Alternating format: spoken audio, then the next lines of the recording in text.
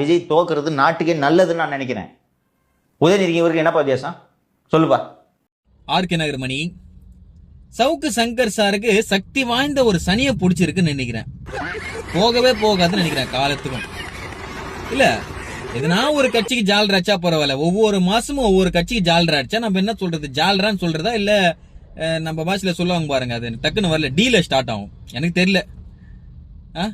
ஒரு மாசம் ஏடிஎம்கே பத்தி பேசுவாரு, இன்னொரு மாசம் டிஎம்கே பத்தி பேசுவாரு, இன்னொரு மாசம் விசிகே பத்தி பேசுவாரு, இன்னொரு மாசம் நாம் தமிழர் கட்சி பேசுவாரு.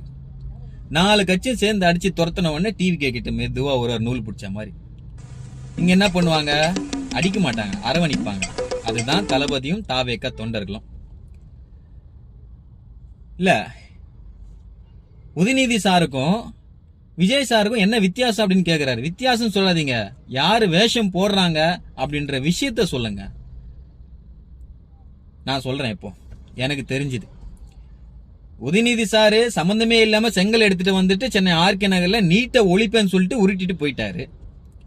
தளபதி விஜய் அண்ணா அவர்கள், நான் தமிழ்நாட்டின் முதலமைச்சர் ஆன வேலையே உங்களை ஒழிச்சு கட்டுறதா அப்படின்னு சொல்லிட்டு லிஸ்ட் எடுத்துட்டு வந்துட்டு இருக்காரு.